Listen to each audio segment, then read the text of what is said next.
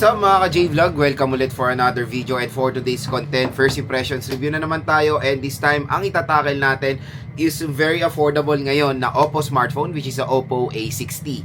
So tara, pag-usapan natin.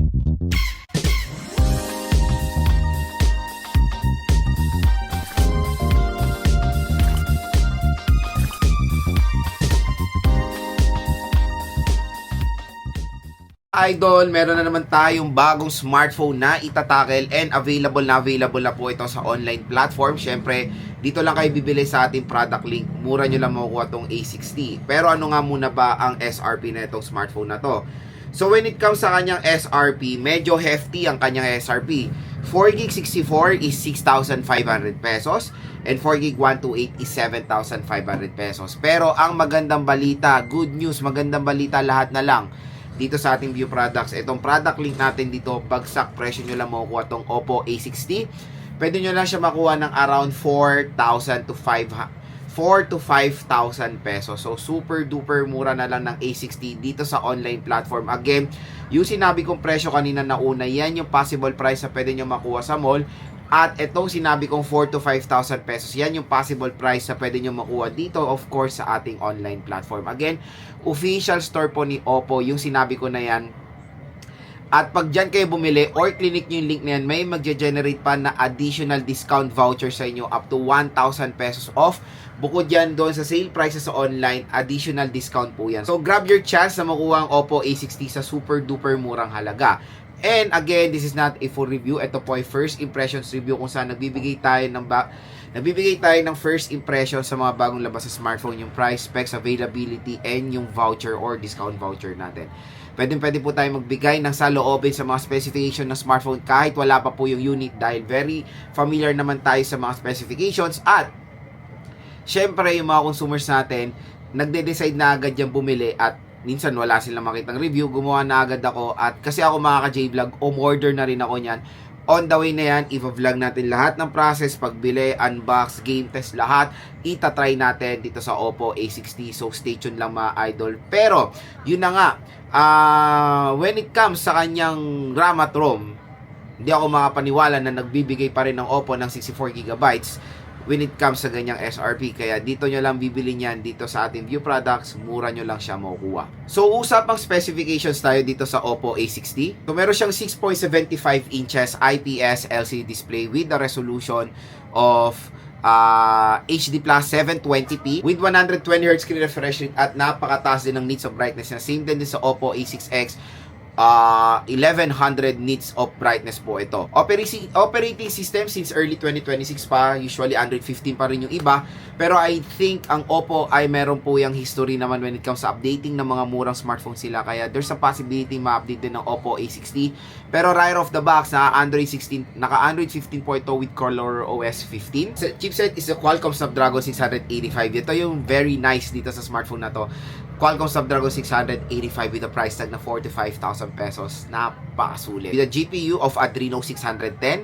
So yun nga, when it comes sa kanyang camera, the main camera is 13 megapixel with monochrome lens and a 5 megapixel front-facing camera. Pagdating sa battery, nakakalula battery na ito, 6,500 mAh na mobile battery with a 15 watt charging rate. And it is protected ng IP64, water and dust resistant. So yun mga ka-J-Vlog, na nalaman nyo na yung price, voucher, dito yan sa ating product link. Dito kayo bibili ng Oppo A60, may discount voucher dyan. Specs and availability ng Oppo A60. Next, pag-usapan natin yung first impressions na dito. So, ibibigay ko yung first impression netong smartphone na to based sa kanyang specifications kung bagay ba sa presyuhan netong Oppo A60.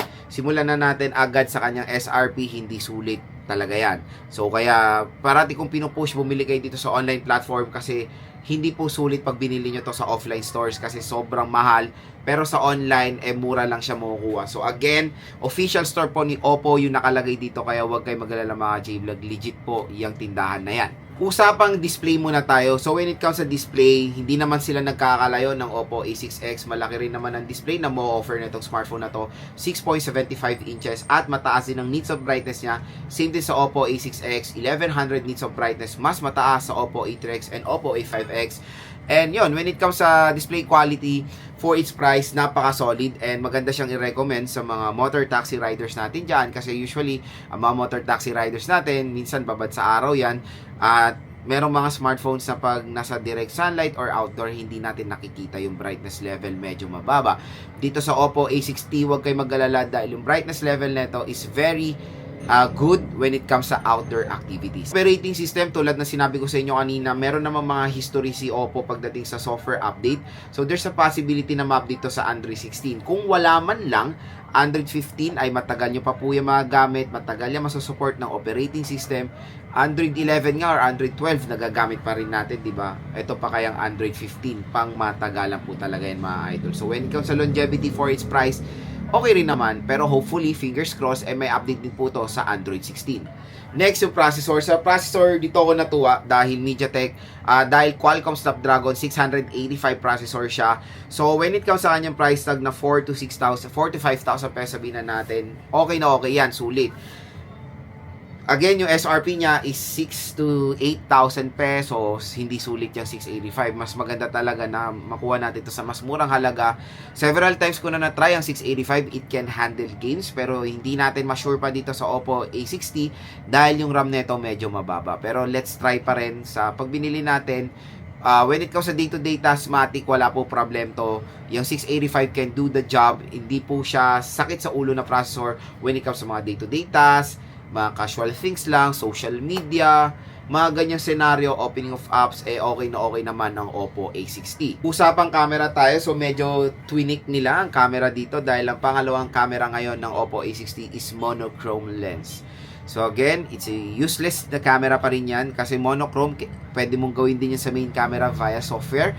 Ginagawa na yun ng mga ibang smartphone brands. So sabihin na natin, isa na lang talaga camera na useful nito, which is 13 megapixel rear, Full HD Plus 1080p resolution ng recording niya, and when it comes sa front-facing camera, it is 5 megapixel siya. So it is single speaker. For its price, siguro acceptable naman yan, pero we will see sa ating full review kung gaano kalakas ang single speaker nito si Oppo A60. So when it comes sa kanyang battery, dito talaga panalo tong smartphone na to. So napakalaki, 6,500 mAh battery capacity. When it comes sa performance, solid na solid yung 6,500, and I know majority ng mga consumers natin are looking for a smartphone na merong big battery kasi syempre ginagamit nila for their work, for business, for school, at marami pang iba. Let's face it, ngayon 2026, 6,000 na talaga more on na nakikita natin sa mga smartphone, pero it is acceptable pa rin ng 5,000 mAh battery capacity. The sad part, dito sa Oppo A60, it is 15 watts fast charging rate lang siya. So, literal na parang tinero mo dito, for example, 5K to 10 watts, diba? So, 15 watts sa 6,500 mAh, 2 hours to 3 hours, baka ma-full charge na to smartphone na to. That is just an estimation. Pero, syempre sa ating review, tatry natin i-charge itong Oppo A60, i-observe natin kung gaano talaga siya katagal mag-charge. Pero, 15 watts fast charging rate for 6,500 mAh battery capacity, matagal po yan or slow po yan. And ang maganda naman sa Oppo A60 when it comes sa kanyang protection, same na same din naman sa mga budget smartphone today. It is IP64 water and dust resistant. So again, it is not submergible sa water, pero meron siya protection sa water like yung mga rainfall, accidental spillage, accidental drop, na sobrang saglit lang. Ayan, given, pwede yung protection ng Oppo A60. When it comes to design, it is very, very identical din sa Oppo A6X. So, baka makita natin na mas better itong Oppo A60. Tignan na lang natin, di ba mga idol? Parang ito yung nagkaroon sila ng ganitong release, Oppo A6X and Oppo A60, parehong affordable. Last year naman is Oppo A3X and Oppo A5i, di ba? So again mga ka-J-Vlog, yan ang ating first impression so far dito sa Oppo A60. Umorder na ako niyan, abangan na lang natin. Pero inuunan po na natin yung mga bagong labas na budget smartphone, isa-isay natin yan, and hopefully nakatulong po itong sinabi ko sa inyo kung nagde-decide kayo bumili ng Oppo A60. Dito lang kayo bibili sa ating product link. Sa presyo nyo lang yung makukuha, at syempre may special voucher na naghihintay sa inyo up to 1,000 pesos off. So, napakasulit for its price, lalo na sale price. Pero SRP, medyo hindi siya perfect fit, kaya dyan na lang kayo bumili sa ating product link. May discount pa kayo makukuha. Abangan nyo lang po yung full review, game test, and unboxing natin dito sa Oppo A60.